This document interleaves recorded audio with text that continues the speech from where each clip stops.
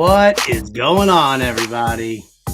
Welcome in, Alarm Fantasy Football. Thanks for joining us here. I'm Howard Bender, Andrew Cooper here by my side from Fantasy Alarm.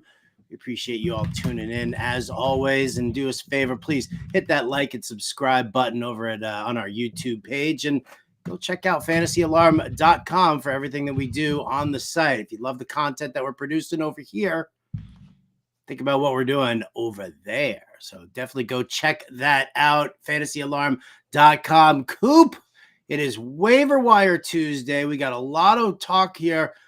Britt Flynn's waiver wire article is out over at Fantasy Alarm. We'll talk about all of that and give you our top 3 waiver wire picks at each position. We'll also hop into the chat, so get those questions all lined up and ready. I see you, Ann Dunn. How are you, Rowdy? I do believe I gave her a little bit of a thumping in the Modern Family League, if memory serves. Either way, we're going to be talking about all that waiver wire stuff and answering your questions. But before we do that, Coop, my man, on that silent keyboard, look at me. My eyes are up here, baby. Let's talk Buffalo for a second, can we? Like Monday Night Football, hot trash, unbelievable. Josh Allen looked like crap, right? Mm-hmm. And then, boom, they fire Ken Dorsey. They promote Joe. I mean, it was cracking. The thing that was making me laugh the most is the announcers just like they do not want to say that Josh Allen is losing this game. So they dance around it as much as possible. They're like, obviously all pro super mega star Josh Allen. If there was one tiny little minuscule little thing that I would have to nitpick with, it would be the fact that he keeps giving the ball to the other team every drive. That would be the one thing here, Troy, that has been problematic. But beyond that one minor issue, he's been fantastic. I mean, he's amazing. He's a two-way player. It's like they're dancing around the fact. I'm like, he's giving it away every time. But beyond that, I mean, this guy's just amazing. He just keeps giving the ball to the other team. I will tell you one thing as a Patriots fan that really takes the fun away from me is Josh Allen's ability to look sad on the sideline. Like when they put him on TV and he's got that like pouty kid face, it takes the fun away. I want like a deer in the headlights usually. Like he's like, I don't know what's going on. But like he's got that look on his face, whether he's winning or losing. I mean, it goes from this. It's like,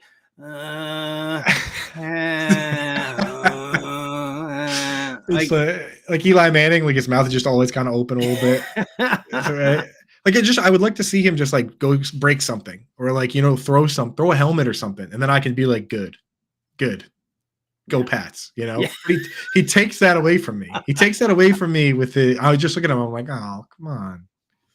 And then I start thinking like, oh, well, Gabe Davis, I guess he could have caught that. And then next thing you know, I'm like, all right. But I don't know, man. The Bills are just – I said it from the very beginning that I thought that they didn't do enough in building this team. Like you look at the teams that have gone to the Super Bowl and what they did those years. I mean, the Rams obviously went all out. And at the hint that Robert Woods is going to be hurt, they traded for Odell Beckham, right? The Bengals went to the Super Bowl.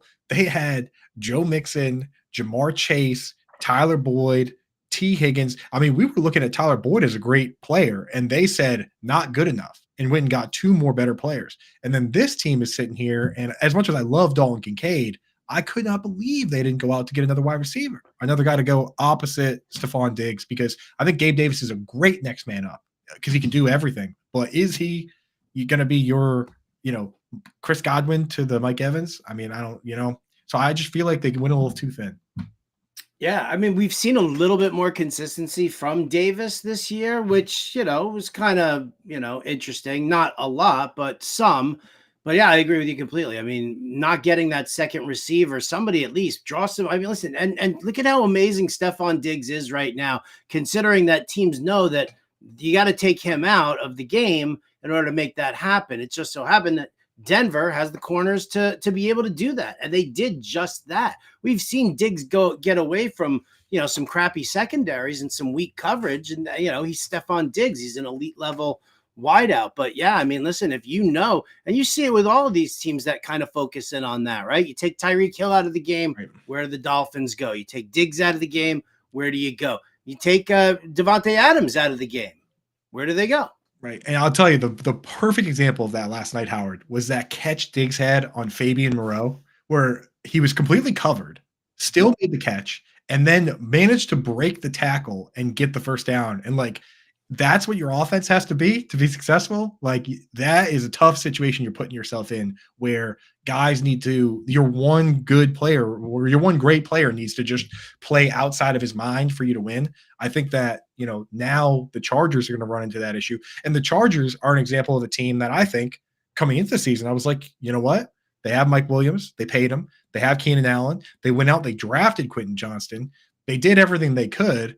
They lost Mike Williams, they lost Palmer, and now they're once again another thin team. I mean, the Bills didn't even set themselves up for that. If Diggs goes down, it's just over. It's just over. Very dangerous situation that they're working with right there. Now, what do you think about, Joe Brady? Do you like his style? I mean, do you think that this works with the Bills, or do you think this is more of like a personnel issue than anything else? I thought that Joe Brady got a raw deal. Joe Brady is a guy that I think was going to be an offensive coordinator candidate anyway, because you look around and I saw there was he originally was at LSU, which obviously one of the best offenses of all time when Joe Burrow was there, right? And he got brought up by Matt Rule, and there was a disagreement between those two guys, and Joe Brady got the axe. And then you look back on it and you say, wait a minute, maybe, just maybe, Matt Rule should have been fired and he should have been made the interim head coach. But you don't really, I don't know. They didn't go that way. But I think that, I think he'll probably honestly earn the Bills offensive coordinator job, which sucks for other teams because I think a lot of teams would have been looking to bring that guy in. Yeah, I think a ton of people were going to bring him in. I was looking at Joe Brady. I was like, oh man, I'll take Joe Brady over with the Jets and see what he can do, see what he can develop. At least he's, to me, he's more innovative. I mean, listen, a nutless monkey is more innovative than Nathaniel Hackett. Nathaniel Hackett's the absolute worst. So there's the Nathaniel Hackett nutless monkey call. Burns, put him back in his cage. What are you doing? I feel like two people just got fired at work when you played that sounder. You're fired. Get out of here. So that's on the Bills side. Let me ask you this on the Broncos side of things, because I mean, listen, saw Cortland Sutton get force-fed targets the entire time. I was like, yeah, of course. The Bills, their pass coverage, since Tre'Davious White's gone down, Micah Hyde wasn't in. You knew that this was going to be a spot that they just wanted to keep hitting Sutton. I would have loved to have seen a higher ADOT. I would love to have seen a little something more than the short passes. I mean, 8 catches for 53 yards and a touchdown, which was great. But you would like to see, some heavier yardage there from your number one wideout. But I like that. I like the lean on Javonte Williams that we've seen, right? Talk to me about Denver. Like, do we believe in Denver now? Yeah, I mean, they're the crazy thing is they're playing well. Russ is playing well, but they're not even back to doing what they actually wanted to do. Like there's some teams you have very important like roles, and Sean Payton talks about as jokers, right? The guys that play out of position, which Javonte Williams is supposed to be the running back version, and they had 2 candidates to be the Jimmy Graham version, and they both got hurt, right? They lost Tim Patrick like right away, and then they lost Greg Dulcich, and they had to go get little Jordan Humphrey off the street to do that. And that's why he plays so many snaps, because when you're designing the offense, you spend all of the years designing an offense, and then you say, okay, who's going to play this, right? Like Pete Carroll's defense has the elephant or whatever it's called, and you have to have a key player there. In this offense, you've got this role that for years you've used, and then all the players go away. I mean, it stinks, but it's like that's why Lil Jordan Humphrey plays so much. And I think that if Dulcich can come back and actually get healthy, which we don't even know now, but if he can, then we might finally see what this looks like when it's fully built and set up. And kind of intriguing now that they're winning games, right? It is intriguing. Obviously the curiosity in me, I just keep thinking about what's next, right? I mean, I look and it's like, I know that Denver's playing Minnesota, right? Is it in Denver? It is. That is in Denver, yes, and it's a night game. I think that's the Sunday night game. Yeah, it's the Sunday night game. So it's so funny because when all the Josh Dobbs hype was just, I mean, it was like blowing up. This guy was like everybody's savior. I immediately was like, I tweeted it out. I was like, I'm definitely taking Denver plus the points, next week. And that was just, kind of like just tongue in cheek about, the overhype that we always see. The swings in football and fantasy football are just absolutely insane sometimes. It's just game to game, right? I mean, a player sucks for a game and everybody's out on him. A player does great for a game and he's the best thing ever. So with all of that hype about that, there it is. But now all of a sudden like Denver's getting hype. Mm-hmm. And so boom, it's Sunday night and they probably were like, we ain't flexing this out. You're not getting the points you wanted either, right? It's the spread I saw was pretty close on that one. Yeah, it's like a 3.5 or something like that, or 2.5. And I'll tell you what, that's a big part of the reason why I haven't been going too crazy, like just really victory lapping Dalton Kincaid hard and saying I was right and this and that, because and you were giving me a lot of trash early on, and rightfully so, because he wasn't doing anything early on, right? And it took an injury, and now that player might be coming back. So I'm not going to, I'm trying not to overdo it. Obviously, it's fun to get excited. I'm going to send some tweets and stuff out, but I'm not going to be like, oh, we did it. Like, we're the best. And I was right all along, because he could go back in the bottle, and things do change from week to week. So you got to be very careful with that stuff. And trust me, fantasy receipts will find it too. So, and folks, he's lying to you behind the scenes. This dude is talking so much trash, and Pembo back me up on to you guys. I text and I'm like, Kincaid, let's go. But liar, whore, you know it. Well, dude, you were dogging me on the Kincaid take, and he looks pretty okay. He looks pretty okay. Absolutely. Like it was crazy, right? Because it took until week 8 for that to happen. And so, it's like, all right, so Dawson Knox breaks his wrist and boom, surgery. And it opened up. So the timing was perfect for you, because you were like right there at that like final stretch where you were like, yeah, dude, I'm going to have to give up on this dude. Right. Like you were right there. So close. I said, I'm not doing it. I was like, I'm not giving up on him, but I was so close. And I just love that. Like on the clip, he's like, this is what I pictured in my mind. This is what I pictured in my mind. I pictured at the game yesterday, Dalton Kincaid scores a touchdown for or he didn't have a touchdown all 3 games, but one of the games he had 10. So he has his third good game in a row. And Sean McDermott, he goes to Ken Dorsey, hey, you're fired. You're fired. Right? Like he's just splitting Dawson Knox the whole time. And finally, it's like we realize, okay, hey, Ken, you're fired. This game. So. Oh man, it was listen, it's great. Although, you know what? 51 receiving yards yesterday. Trash. Drop that pass. Drop that missile that was thrown at him for like 6 yards. Also, he was wide open on that other throw. The back foot. Doesn't matter, man. 51 killed my parlay. 51. It was 52.5 was the prop. Write a letter. I'm always amazed when Vegas does shit like that. I'm always amazed by it. It's like, how do you know? Dude, yeah, the Keenan Allen Jets game where I was like, slam dunk. 77.5. He has 77 yards. Yeah.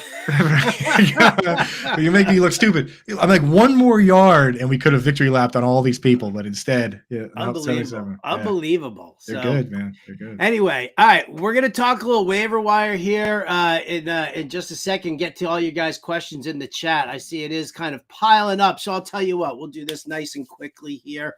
The article over at Fantasy Alarm. Well, here we go. Let me pull everything up. So I've got it in front of me right now. I'm going to give the top 3 waiver wire ads at each position as per fantasyalarm.com, Britt Flynn's waiver wire article. We're going to see which ones Coop wants a piece out of the group. So here we go, ladies and gentlemen. These are Fantasy Alarm's top 3 waiver wire ads for NFL week number 11. At the quarterback position, we've got Joshua Dobbs from Minnesota, Matthew Stafford on his way back, and Jordan Love didn't look so bad in his last outing. Andrew Cooper, who do you like? Yeah, no, I think that's a good lead in right there, because if Joshua Dobbs is available, and of course, there's a lot of sharp leagues where people went out and they grabbed this guy, too much hype, too much Twitter going on for him to be on a lot of wires. If he's available, you have to make him the priority, just because Justin Jefferson's coming back and he already looks good even without him. Even with banged up TJ Hawkinson, he had no problem getting him the ball. So Dobbs is the guy you have to go for. first and foremost. But I will say Jordan Love and Deshaun Watson, of course, not on this list because he's rostered in too many leagues. These guys are figuring out the deep pass as of late. Looked a lot better throwing the ball downfield. Go over to our buddy Ian Hartitz. He's got a nice compilation of Jordan Love downfield throws this week. Jordan Love right now, if he can figure out how to get it to Christian Watson, that could unlock everything because he has no problem getting it to Romeo Doubs, Luke Musgrave, Jaden Reed. The underneath stuff's all there. Aaron Jones is back. If he can get the ball to Christian Watson on a few field stretching plays, defenses are going to be in a real rough spot trying to handle this offense. At the running back position, we're looking at Keaton Mitchell from the Ravens, Ty Chandler from the Vikings, Devin Singletary from Houston. We know Singletary had that huge game last week. He's got a great matchup coming up here in week 11. Alexander Madison still concussed in protocol right now. We don't know if Ty Chandler is going to be the lead back, but he is still seeing an increase in touches. Keaton Mitchell, everybody's darling from the Baltimore Ravens. Dude's got speed. He's getting into the end zone. Yeah, I'll tell you right now, and it's always this way with running back with me, it's situational. Sometimes there's one guy that's just too good and you have to make him the priority no matter what. If you're starting a guy this week, though, it's Devin Singletary if Damien Pierce is out. But Devin Singletary, even though I'm a fan, is not a good long-term stash. One, because Damien Pierce is coming back. Two, you seen the playoff schedule for this team, Howard? Titans, Browns, Titans again. That is gross. That is disgusting. That's brutal for the tight ends, brutal for the running backs. So, and again, Ty Chandler, he was fine this week, but only because Alexander Madison got a concussion. So if Madison's out, he's another guy you could start. Keaton Mitchell is the one that's exciting to me. When you watch the game, they were using him the way you would use J.K. Dobbins, not just getting him in space, but also throwing him deep passes. He had a 32-yard reception. He had another end zone target that was over 20 yards that he ran a nice route and honestly was this close to catching it, in which case Keaton Mitchell would be added in every single league. So down the stretch, Keaton Mitchell, I think, is the one that has the best league-winning upside. Your top 3 wide receiver waiver wire options, according to fantasyalarm.com. Noah Brown from Houston, Jaden Reed from Green Bay, Brandon Cooks from Dallas. Cooks had a breakout game against the New York Giants. So do we take that with a grain of salt, or does Dak keep him more incorporated? Jaden Reed starting to step up with a little bit of extra work. He and Romeo Doubs are the interesting guys to look at, considering how bad Christian Watson has been. And whoa, Noah Brown. I'll just say this right off the bat. This is the one I don't necessarily agree with. If Nico Collins comes back, then you've got Collins, you've got Woods, you've got Tank Dell. Where does Noah Brown fit? That's it. Who do you like here, Coop? That's the problem, Bender. And that's why you're the best at this, Howard, because you are willing to make adjustments as we go. Because 2 weeks ago, you were the one that came out and said, Noah Brown, DFS dartboard, let's go. We got to give you your flowers on that. But you don't get take lock. There's so many people out there I feel will say, oh, I invented Noah Brown. I'm like a genius. We're going to stick with Noah Brown the rest of the year. Whereas too many times things change, like you say. So I'm with you on that. Noah Brown, in deeper leagues, he probably should be rostered, but I wouldn't pay like crazy to get him. Jaden Reed's another one where he's not a full-time player. So if you're in like a league with a bunch of flexes, the family member leagues like ours where Jaden Reed, you're going to start him every week, go out and add that guy. Brandon Cooks is the one I want. I look for guys whose usage is trending in the right direction, especially if their teammates are trending in the wrong direction. Michael Gallup, as of late, has been splitting with Jaylen Tolbert. And it wasn't even just this week. It was the week before. And Jaylen Tolbert also started the game over Michael Gallup this week. So that little split there lets me know it's CeeDee Lamb and Brandon Cooks at the top of the totem pole. I'm going there. And I'll also throw a little bonus ones in there quick. I like the usage lately for Rashad Bateman. Not a lot of targets, but he's trending in the right direction, playing in more 11 personnel, playing over Odell, playing over Nelson Aguilar. Again, another deep league play, Rashad Bateman. All right, and then finally here at the tight end position, top 3 that we've got. Oh, somebody snuck in a 4th on me here. Luke Musgrave, Tyler Conklin, Michael Mayer, and somehow, some way, Cade Otton's name made it to my list. I'd ask you, Coop, who you like the most out of this, but somehow I think Cade Otton might be your guy. Who snuck him on there? Must have been Brian Burns. He's just, who else had access to? I wish you weren't a liar. To such a sheet. I will say, Tyler Conklin, people are this is a box score chasing one, and I do get it. 6 targets, 7 targets. But I'll tell you what, this guy is the exact kind of guy that pulls the rug on us, because when you go and look at his actual deployment and his actual snaps, he's not playing all the snaps. They use CJ Uzoma, they use Jeremy Ruckert, and he's not running all the routes. He blocks on a lot of pass plays. That is problematic at times. And we can't have guys that will go out and spend the whole game blocking when we need to win 3 games in a row down the stretch. Luke Musgrave, at least we know that he's going to play the full game. Michael Mayer, another one where I'm not super interested in. For me, I'm looking around and I'm saying, who can I just add off the wire for cheap? And it's Cade Otton. You can't start him this week against the 49ers. You didn't want to start him this past week against Tennessee, but in the weeks prior with the good matchups, 6 targets, 9 targets. The guy plays all the snaps. He is my best bet down the stretch. And I'll tell you right now, if you have a guy like Dalton Schultz, where we just talked about Devin Singletary's his situation, where it's Titans, Browns, Titans. Well, this Titans team had their top 5 against the tight end. They just showed versus Cade Otton what happens. If you're a Dalton Schultz guy, I'm going out. I'm picking up a second player just in case. Cade Otton should be available in a lot of leagues. Go check out the article over at fantasyalarm.com. It's written by Britt Flynn. It not only gives you the plays to look at for your waiver wire action, also gives you Fab's suggested budget percentages as well. So again, it's fantasyalarm.com. Go and get yourself a subscription over there. The waiver wire stuff's free, but that's just the tip of the iceberg. You're going to want, you're going to want that QR code right there. Hit that one, baby. Boom. There it is. Get it. I think that deal's still active. I don't know. Yeah. We'll have to wait and see, but baby. All right. Let's get back to work here. We got our top waiver wire players in there. Thank you so much for tuning in again here on the Fantasy Alarm YouTube page. That little waiver wire segment. Clip it, zip it, send it up the river, Burns. Coop and I, we got stuff to talk about here. We will also thank our sponsors here at Underdog Fantasy. I love these guys over at Underdog. We love playing their pick'em contest, doing all their drafts, everything you got over there. We like to throw you some pick'em picks here on the show. So we always dive in and we look. And if you haven't signed up over at Underdog yet, here's a QR code for that right there. If you don't like the QR code, do yourselves a favor and go over to fantasyalarm.com/underdog. Use the promo code ALARM. They'll give you an instant first-time deposit match up to $100. So zap that QR code or just head over to fantasyalarm.com/underdog, promo code ALARM for that deposit match. So Coop, Joe Burrow is their featured player here. Half a yard higher, clearly. I'm going to go higher. There he is. So handsome. Yeah, that's how I feel about when I look at Joe Burrow, that's exactly the inside feeling that I have. Thank you, Burns. But let's give you guys a couple of picks here just to pair it up with Joe Burrow. Lock yourself in here with a nice little 6x my money with a 3-leg pick 'em here. What do you got here, Coop?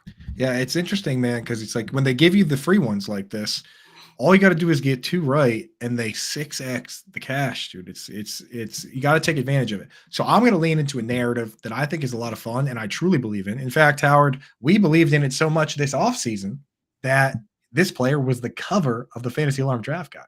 So I'm going to go with Mr. C.D. Lamb, who has been unstoppable. And much like A.J. Brown, he's been making the plays himself on a lot of them, where some guys need to be schemed open, the throws need to be good, the plays need to be good. It doesn't matter with this guy. You just throw it in his general direction, and he's going to make a play on the ball, and then he's going to make a play on the guy trying to cover him. And he believes it so much that this is what he said post-game, Howard. He said, I'm one of them ones.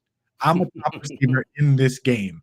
There's no question about it. And if there is, I'll see you again next week. So I'm going to see about him this week. 84.5 receiving yards, something that he's been crushing all year. He put his money up. Now he's got to put his put it on the field. So give me 84.5 higher on CD Lamb. I'm one of them. I'm one of them ones. I'm one of them ones. I don't think I'm quite familiar with that phrase.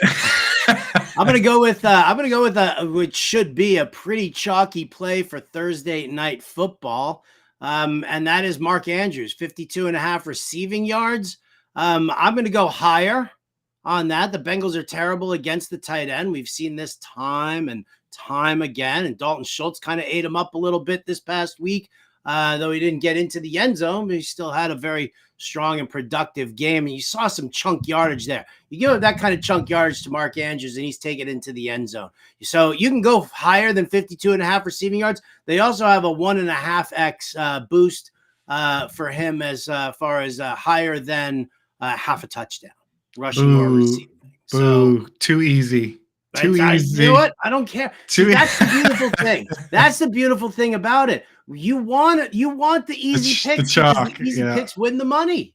I saw that and I was like, you want me to give you like some obscure kind of play, like Devin Duvernay higher than 3.5 receiving? I don't want to do that. This team, in my opinion, I know the numbers suggest that they're number 31.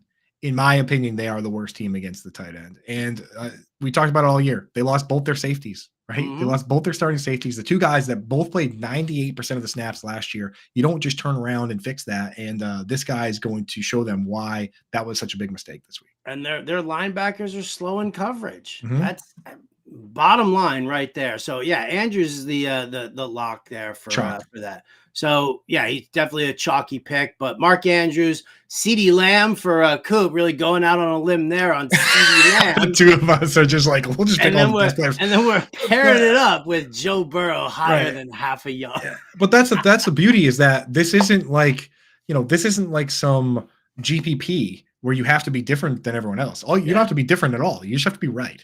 So we'll take the easy ones when we can get them. Yeah, absolutely. Absolutely. So, all right. So we've covered all the grounds here. We've covered all the bases. I think it's time to dive into this chat and see what everybody's got going on here, all about it. I see everybody in here. I said hi to Ann earlier. I even talked a little smack, and she made me a funny face on that one. Hello, Albert. Good to see you. Ugly Maddie's in the house here. Good morning. There he is, dude. Mateo Feo. What a name. Hal chiming in that the Bills head coach is hot trash. We know that. He's Wayne Fonts. Wayne Fonts. Remember that guy? I know that guy. Sitting on the sidelines in Detroit, just looking all like miserable. That's a name drop, Hal. Hal is a Lions fan, so. Yeah, but I just picture Wayne Fonts. Wayne Fonts was like a cartoon character, I think. Like he was definitely a cartoon character. All right. His hair is very greasy. Greg Thurford here. In a 12-man PPR league, he's 8-2. His QBs Sam Howell, Trevor Lawrence being offered Tua. Would that even be an upgrade at QB with this terrible fantasy playoff schedule? I mean, what would you have to give up to get Tua? Because right now, Sam Howell is perfectly acceptable in the fantasy world. What is he, like a top 5 QB in fantasy points? Right. Yeah. I mean, and here's the thing. I mean, the schedule is – have you seen the schedule for Tua? How it is bad. It is. Oh, Miami's got a horrible schedule at the end of the year. Right. It's Jets, Cowboys, Ravens. The Bills, and then Bills, but Bills are obviously, your season should be over before that, but pretty rough, man. So, yeah, I don't know if I'd necessarily do that, but what's the trade? Because if it's Trevor Lawrence and nothing, and you can start Trevor Lawrence in the good matchups, if you can start Trevor Lawrence against the Raiders and start him against the Commanders and start him against the Titans, start Tua against those teams and then start Howell the rest of the way, then maybe I do it. If you're not giving up much to do it, then I would do it, but don't go crazy. And if one of those quarterbacks isn't part of the deal, then definitely don't do it. Because what are you going to do? You're going to have 3 quarterbacks? That's crazy talk. All right. Benjamin Taylor says trade McBride or Schultz. So I was actually just watching you on the Lightning Round broadcast, and you were doing the whole talk about trading either Hawkinson or Kincaid. I don't remember who the second tight end is. It was Kincaid. That's right. So trade Hawkinson or Kincaid. You told the story about splitting the difference. So I think this is the perfect example to bring it to the Alarm Fantasy Football audience as well. When Benjamin asks, should I trade away Trey McBride or Dalton Schultz? Yeah. And again, what I was talking about there's a book. You guys got to check it out. It's called Never Split the Difference. It's a guy who was a hostage negotiator. That was his job. And then he got into business and he was the best negotiator ever. And the whole idea was why he was so much better than everyone else is he just simply made a list of of what he was willing to give up and what he wasn't willing to give up, and then what he wanted. And he just went through the whole process and just gave up certain things. He took certain things that he didn't even want, just as long as he got the one thing he needed, and didn't give up what he didn't want to. So when you're going through trades, I would honestly make both guys available. But in the back of my mind, I would be thinking, okay, Trey McBride has one bye week, right? He's got the bye week still, and then he should be fine. Dalton Schultz has a terrible, terrible schedule down the stretch for tight ends. Tennessee, Cleveland, Tennessee again. So when I go into this trade, I got to know that I have, regardless of who I'm giving up or keeping, that I have a second tight end that can either start for the bye week for me from McBride, or start if Zach Ertz comes back and throws a huge wrench into everything, and I need another guy to start for Schultz down the stretch. So the reality for me is I look at these two guys, I might just keep them both because you might need them both. So, just know what you're doing and what you got going on. And again, don't trade guys away just to trade them. Always make sure that you're getting back something that you actually want. Beautiful. Very well said, Andrew Cooper. Ugly Matty here says he hasn't had a good time at the Super Bowl in like 10 years because he works Mondays. Yeah, dude, most of the world works Mondays. If have a good time at the Super Bowl. President came out and made Super Bowl Monday. Any candidate, I'll tell you right now, any candidate, you pick anybody. O.J. Simpson runs for president and says that Monday after the Super Bowl is a holiday. He's got my vote. There you go. Okay. Rod Elliott's in that. I'm not putting. Listen, I'm putting O.J. Simpson into the White House. I'm a single issue. I'm a single issue voter, Howard. I'm a single issue voter. The one issue is that the Monday after the Super Bowl needs to be a national holiday. I don't even agree with that statement. I'll just if the Jets were to ever make the Super Bowl, I would just make sure that I got that that day covered, right? Somebody do the shows for me, do the Sirius XM, because with the Jets in the Super Bowl, I will not be into work on Monday. Right? But any other Super Bowl teams I don't give a crap about, who cares? No, it's a big event, dude. It's a big event. Because your team's been in the Super Bowl like 90% of the time since you've been alive. The ticket, O.J. Simpson and Tom Brady. Tom Brady as vice president. You got my vote. You got my vote. You know what you need to do. Come on, man. You can't make Tom Brady the vice president. OJ's got a big enough target on his back anyway. Yeah. No, that's the ticket, man, and that's my vote on the matter. Rod Elliott says he's got Tyreek Hill and Jaylen Waddle in a PPR league. 2 questions. Can I play both? If not, what should I be looking at to trade with Waddle moving? Do you worry about the playoff schedule? We do worry about the playoff schedule. You do need to trade. Sometimes you can use both. Sometimes you can, I think, or in the right matchup. But these upcoming playoffs, no. Yeah. So I'd trade. I'd throw Waddle into a deal with somebody else, and do like a 2-for-1 or something like that. That back issue scares me, boy. It scares me because he's getting right now. He's already in the range. The scariest thing for fantasy playoffs is a guy that could pull what Michael Thomas just pulled this week and play 2 snaps and then be done for the day. Jaylen Waddle's already left multiple games to go get checked out and then came back in. What happens when fantasy playoff rolls around and he checks out of the game and doesn't check back in? So Jaylen Waddle really does scare me. It's like the back motel, the Roach motel. Waddle checks in. It's never check out. Thank you. I'll be playing the room all evening. Try the VO. I'm just worried. You check into the Hotel California at any time. Hal says Hackett's offense only works if Rodgers is in this headset. Yeah, of course. I mean, because Hackett just goes in when Rodgers is in the under center. Hackett's like, all right, this is what you do. This is what you do. He calls the plays, and then Rodgers like changes play. Okay, buddy. Right. And Rodgers does what needs to happen. Right. So that's why. Listen, Hackett's trash. He's garbage. Jets are garbage organization. I hate them. I hate them. I hate them. Rod Elliott says his running backs are Hall, Monty, Jacobs, Ford, Lenny. Tight end is Hawk. Wide receivers are Amon-Ra, Lamb, Hill, Waddle, Jacoby, and DJ.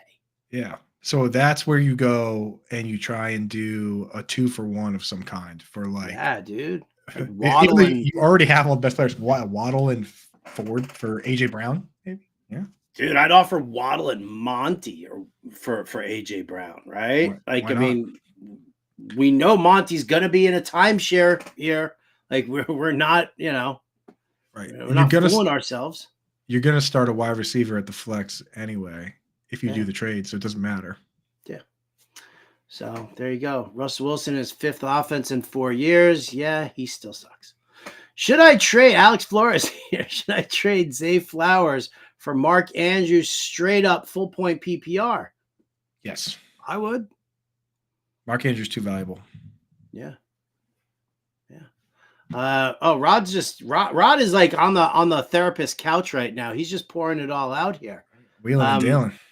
Ray, we got you, Rod. Another trade I made, trade Dobbs and Hubbard for Laporta. I have Jaylen at QB. Feel great about that one, dude. Oh yeah. Good job. He got an elite tight end. You just traded Chuba Hubbard for Sam Laporta, basically, because like Jalen Hurts just had his bye week. You're never going to start Dobbs. Never. Let's see. Wow, Burns, that was a harsh drop. Which one was that? Was that the monkey? I think that's the monkey drop, dude. Was that the monkey drop? That one scared me the first. Did you turn it down a little from the first time? Because it actually did. It actually did scare me the first time. I got like a baby and a dog in the house, so like I hear sounds like that. And I'm like, who's dying? There you go. Oh, dude. So on Sirius XM, we used to play a game called, do a segment called Opportunity Knocks. And there's a door knock sound in it the entire time. And it goes, and people started tweeting us. They're like, dude, you've got to stop doing the knocking sound. My dog is going nuts at home right now. Dude, that happens in songs. I mean, the rapper Nas insists on having sirens in every song. So if you ever listen to him in the car, it's always like.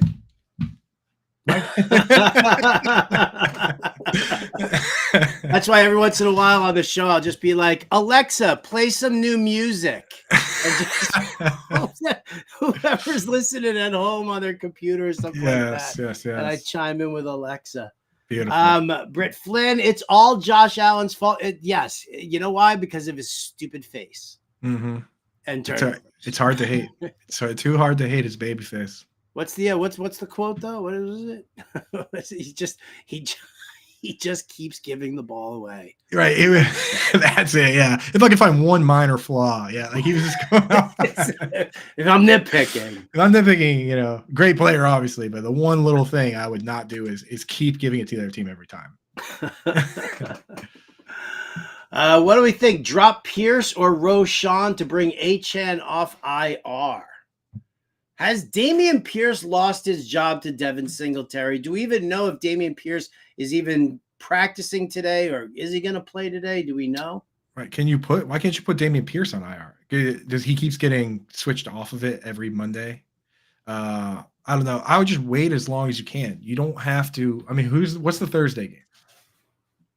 Thursday game is definitely not Miami. Yeah, it's not Miami. So just wait and don't force the move unless you need to do a waiver move of some kind, in which case then drop Rashawn Johnson. Khalil Herbert's back. But I mean, I would just wait as long as you can. What do you think of that backfield? Somebody was asking me today about dropping Tajay Spears for Khalil Herbert. Like, how do you see that Chicago backfield kind of sitting here? Has Deonta Foreman done enough and is earning enough money to like carve out now is this a 3-headed monster? I think when all is said and done, it's going to look just like the Ravens, where you've got the mobile quarterback, right? Fields will be back. So yeah, exactly. Fields is Lamar, and Deonta Foreman is Gus Edwards, and Khalil Herbert is Keaton Mitchell in space. And then you got Rashawn Johnson, who's Justice Hill, and kind of when Keaton Mitchell is tired or Herbert's tired, then he goes in to play a couple third downs. That's what you're going to get. And Does that sound appealing to you, Howard?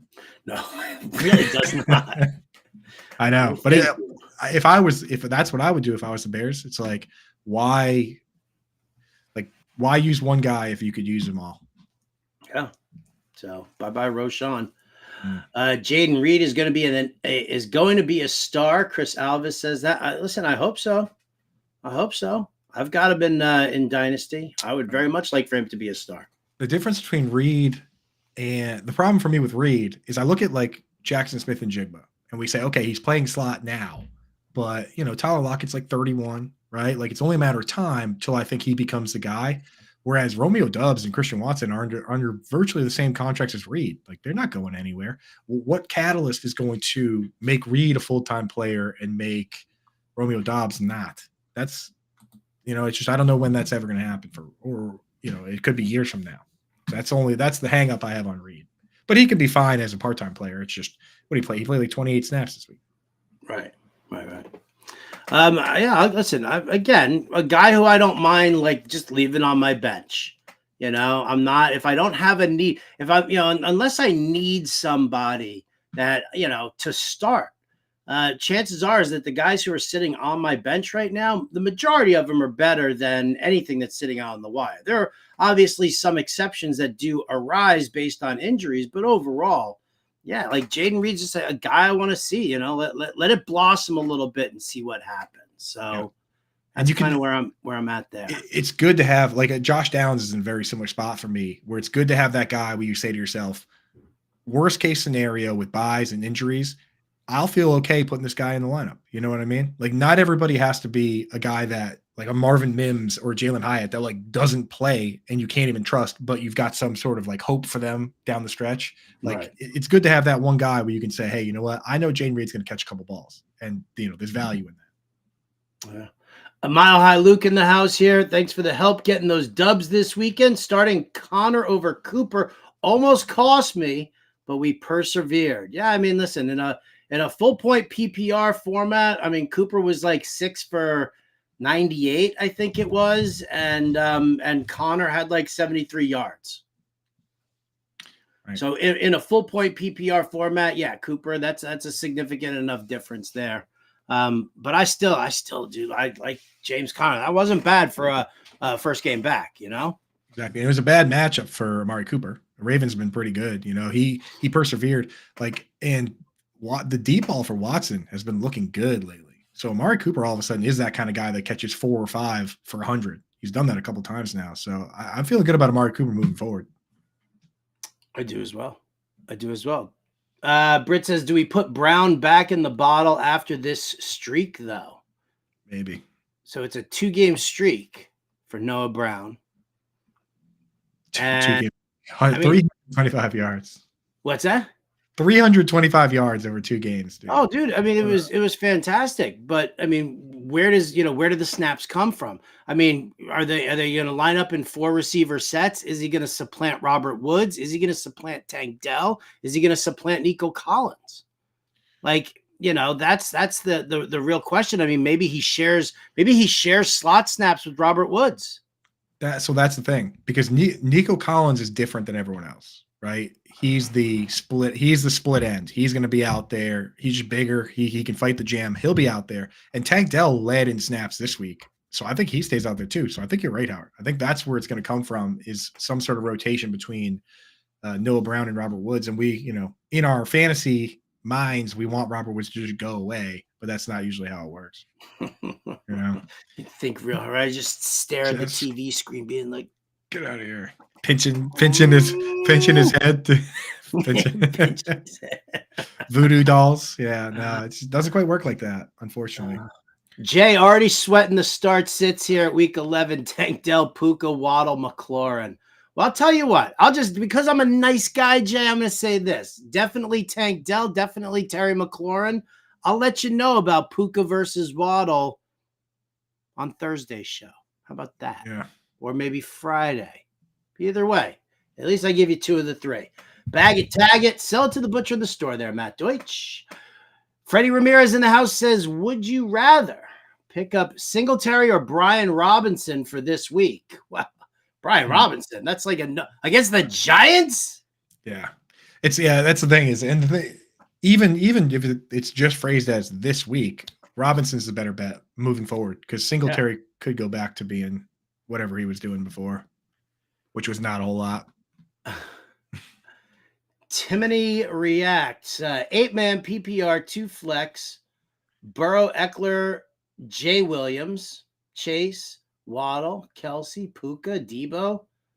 Bench is Dobbs. Yeah. Definitely any trades before a deadline projection. What is there a question here? I think he wants to know if we think he should do a trade, and I think you should, man. You should try and trade McBride.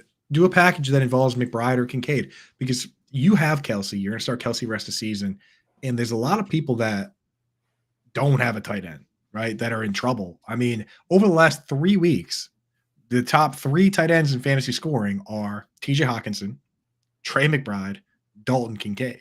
So you can turn around and you got 2 hot players, package them up, send them both off. Yeah. Nothing wrong with consolidating, especially, come playoff time, because the last thing you want to do during your playoffs is be like, oh, I got all these decisions to make. Oh, right? I hate that. Like I just want starters who I leave in there week in, week out, and just not have to make all these moves or decisions or anything like that. People put themselves into such precarious positions by constantly giving themselves decisions to make. Make deals and trades for starting guys who are just no-brainer starters week in, week out. You try and do that and then build your bench with waiver wire guys who you may need at some point during the bye weeks. I mean, it's okay to have some depth during the bye weeks, but as you get closer to the playoffs and the bye weeks are going to be coming to a close, you kind of want to make that move. Start trading for guys that have already had their bye. Yeah, to some degree, Howard, and I know it's not an ideal spot to be in, but sometimes I kind of like when I only have like $5 of fab left, and I can just I just don't have to think about it, and I just keep throwing the same $5 at guys I know I'm not going to get. And I'm like, there, maybe somebody slips through. Who knows? It's just easy on, a lot less thinking goes on when you've used all your fab. It's relieving. You're living rent free. Right. That's me in the FSGA league right now. I got $1 left, right, for one move. I'm like, all right, here we go. Yeah, as Burns alludes to, that's not a good spot to put yourself in, but it is kind of, nice. Yeah. Smokey the Cat in the house. What's up, Smokey? Smokey. Which one of Brees or Gibbs and Najee to get Justin Jefferson, or is it an overpay? So he's already got Bijan, Jacobs. He's got Charbonnet, and then those running backs there still. So, I mean, to give up to get Justin Jefferson, I'm fine with. I'm legit fine with Brees or Gibbs or Najee. I mean, I would start with Najee, right, and pair him up with like a wide receiver, like just I think he's trying to trade the 2 running backs together. He's saying Najee's in the deal. Brees, Gibbs, and then Najee. Okay, all right, I gotcha. So I think I would actually do it though. I think I would try and do Gibbs and Najee, and then you start. Dude, then you start Bijan, Jacobs, and Brees Hall, and then your wide receivers are Lamb, Chase, and Jefferson. I think you got to try and do that, even if it is a little bit of an overpay, because that's awesome. Yeah, especially with Jefferson coming back right now, and the way that team is just gelling with the hype from Dobbs. I mean, the rug will get pulled out at some point, but you got to ride that Minnesota wave right now until it breaks.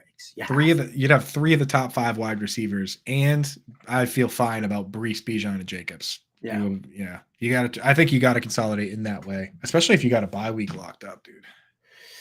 Hi, Luke's got a dynasty trade question here. It's 1 QB league, rookie pick order based on consolation tourney with non-playoff teams. Do I keep Lockett in order to win that tourney, or sell for a current 24 third or a second? I mean, I think okay. So the playoff teams go in the reverse order of how they finish, but the winner of the offseason tourney gets the first pick. That's spicy meatball, dude. No, don't sell him for a third, dude. Keep Lockett.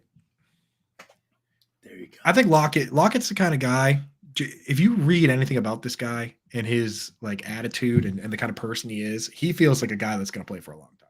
He feels like he's like, the save himself for marriage guy. He got his real estate license and helps his teammates buy houses. You know what I mean? Like Tyler Lockett seems like a really good dude. Like Larry Fitzgerald vibes I'm getting from Tyler Lockett. I think he's going to be around for a while. Thoughts on A.T. Perry rest of season and in Dynasty Shrine Bowl baller? Listen, with Michael Thomas, they haven't told us exactly what the injury is. We just have heard that it is quote unquote fairly significant. That's what was reported from Dennis Allen, the head coach of the Saints. So A.T. Perry's going to get in there. I mean, you got Rashid Shaheed, you got Chris Olave. And that puts A.T. Perry a little bit on the map. What I like about Perry is, in all honesty, I mean, listen, he's not afraid to go up for the contested catches. He can play physically when he wants to. He's also got decent speed that can stretch the field. So I see Perry as? I see Perry as being a guy who, like a poor man's Deontay Johnson, going to move the chains, going to go across the middle, going to make those sideline catches when he needs to, stuff like that. Is he going to be like a big red zone guy? I don't know. But if you're in a full point PPR format, I think he's definitely worth the look just for the fact that he could be second in targets on that team. Shaheed only gets a small handful of targets because he's predominantly that deep threat. You need somebody to run the underneath routes, and Michael Thomas was getting those targets. So those targets could immediately translate to A.T. Perry. Yep. And the big dead giveaway that A.T. Perry was the clear understudy for Michael Thomas is that when Michael Thomas left the game, A.T. Perry just took his role over entirely and played more snaps than Shaheed. It wasn't like they 85% of the snaps he played, right? Right. Well, and if you add in Michael Thomas's too, it's even higher. He played more snaps than Chris Olave. So they just put him right. They said, "You're Michael Thomas now," which, you know what? We'll take it. So like that. How are you guys? What are your thoughts on Hollywood Brown coming off a bad game with Murray back? Buy low. I do like him. I'll tell you what, right. Coop, it was really kind of funny because I was looking at the matchups this week. I'm almost done with the DFS watch list, and that'll be out on fantasyalarm.com in a couple hours here, actually. But what I was looking at with Brown is just the matchup. Like, it wasn't a great matchup for him this past week, and we kind of knew that it wasn't a great matchup for him. This week, though, he's going up against Houston, which is a softer secondary, but you did just get back Derek Stingley. So I'm not really exactly sure of where I want to go with Hollywood this week, but moving forward, I do think he's got a strong enough rapport. He just didn't work this past week because everything they were doing was, that Atlanta does is funnel it into the middle of the field. Right. And that was McBride and that was Rondell Moore. Hollywood will get his work, but I mean, when he's going to be up against the top corners, it's going to be a tough spot. Right. AJ Terrell is like one of the few guys that still truly shadows. Like, he just followed Marquise Brown around the whole game. So, I mean, it's going to happen. It happens sometimes. So yeah, it definitely, if the person is sitting there saying, "Oh, Kyler doesn't like him," that's silly, right? Like, these guys are friends. They've been friends since college, right? Like, of course he likes them. It was just a bad matchup. So yeah, if you can buy low, then do it. Yeah, I agree. All right. Is Damien Pierce droppable is the question. He was droppable before. But Damien Pierce, has he had any good games? I mean, like, I just don't know. I was never really in on Damien Pierce. No, he hasn't. The best game that he had was 14 for 31 and a touchdown. So he had 24 for 81, but didn't get into the end zone. 20 for 66. I mean, you saw 2 games of really good volume against Pittsburgh and Atlanta, but the problem is that he's not really doing anything with the carries. He's not, his yards per carry average is not great at all. Right. And Devin Singletary is the better pass blocker. Right. And he's the rundown player. So this week, if he plays this week against the Cardinals, then maybe you can sell him, because the Jaguars, you can pass to the running back against the Jaguars, but you can't run on him. He gets the Jaguars. He gets then his season ends this way. Jets, Titans, Browns, Titans again. So where are the Damien Pierce games in there? I don't see any. Me neither. All right. Grumpy Sports Fan also wants to know, does Chris Olave's stock go way up if Winston takes over at QB? Yes. Yeah. Absolutely. Absolutely. I mean, it's just it's conducive to the way that Winston plays. He came out and he played the way he plays. He takes shots downfield. He extends the play. He will have a guy hanging off his leg and he'll still throw it 50 yards downfield. If you look at it, Olave, both quarterbacks played 33 snaps this week. Yeah, right down the middle. And Derek Carr threw to Chris Olave once, and Jameis Winston threw to Chris Olave 9 times. And the guy I think that it hurts the most, to be honest, is Taysom Hill. Because Derek Carr was dinking and dunking all the way down the field, and they would get to the red zone, and then Taysom Hill would score. Derek Carr only threw 2 touchdown passes over 20 yards all year. They were both to Rashied Rice. I think Jameis Winston's going to open up that part of the game, for better or worse, throwing touchdowns or throwing picks. And it's not a good situation for Hill. It's a great situation for Olave. It's a great situation for Rashied. All right. Tinson 2 says, with T. Higgins and Nico Collins either out or likely out, would you drop either for Rashied Rice, 12-team PPR, 4 max wide receivers on the roster? He's got Keenan Allen and he's got Puka Nacua. What the heck is that rule? That's such a It's a terrible rule. I hate that rule. So then there's probably good wide receivers lying all over the ground, right? If that's the case, if you're only allowed to top 48 are held at any given time, I would wait and see what happens, man. Do you not have IR spots? What a crazy league. What a crazy league. But I'll say this. You know what? Out of these players, Higgins, Nico, and Puka, I drop Puka. Yeah. I don't know what's going on with Stafford's thumb. Mm-mm. Yeah. Because I got Puka for Rashied Rice. Oh, okay. Shout out to Rashied Rice. SMU, baby. There you go. Oh, there you go, dude. Rashied Rice. Shout out to the Carolina Reaper, Tim Matthews, my man, for sending me the gear. Appreciate it. Can't drop T. Higgins, man. No. You cannot. I would drop Puka Nacua out of that group. All right, only a few minutes left. Not even a few minutes. We got like 1 minute left here. Let's see. Where are you guys ranking Keaton Mitchell this week? High up. Go get him. Yeah, we like him. Probably top 24. Yeah. I need help with a Superflex Dynasty question. I'm going to miss the playoffs, and a top 3 guy wants Devonta Smith. Do I give him Smith and probably a mid-2025 second rounder for a 2024 late first, a 2025 late first, and a 2024 late third? No. Keep your good. You don't want to stop trading good players for more coin flips. Just keep Devonta Smith. Yeah, just keep Smith. I agree. Would you do Waddle for Devonta Smith? I have Hill. Yes, yeah. I would. It's a perfect opportunity there. Murray missed Hollywood on a wide open TD. Yeah, they are going to ball. Oh, that's right. That diving touchdown, right? That was wide open. Missed it. Need trade help here. Have 2 offers on the table for Saquon, Debo, and James Cook, or Tank Dell and David Montgomery. Saquon, Debo, and James Cook for Tank Dell and David Montgomery?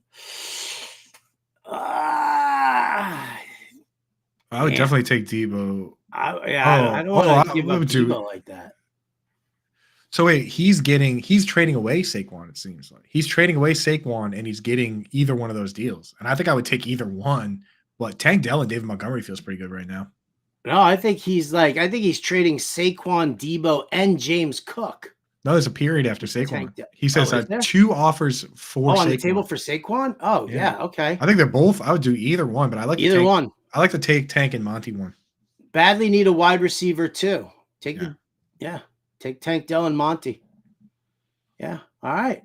Well, there we go. I mean, what's Hal got? One more here. Singletary only did better. Blah blah blah. Thinking offering Rice and Ty Chandler for Jefferson to the Madison owner. He offered Gainwell for Chandler, 14-team PPR. I would definitely offer Rice and Chandler for Jefferson. Why the hell not? I mean, it is a low ball offer, but go for it. Throw it out there. Yeah. So what do you think? Yeah. All right. Well, that's going to do it for us here, guys. Thank you so much for all the questions in chat. Thank you so much for hitting that like button. Thank you for subscribing to the Fantasy Alarm YouTube page. Big thank you to Brian Burns for all the work that he puts in here. For Andrew Cooper, I'm Howard Bender. This has been Alarm Fantasy Football, and we'll catch you next time. Brian Bunch.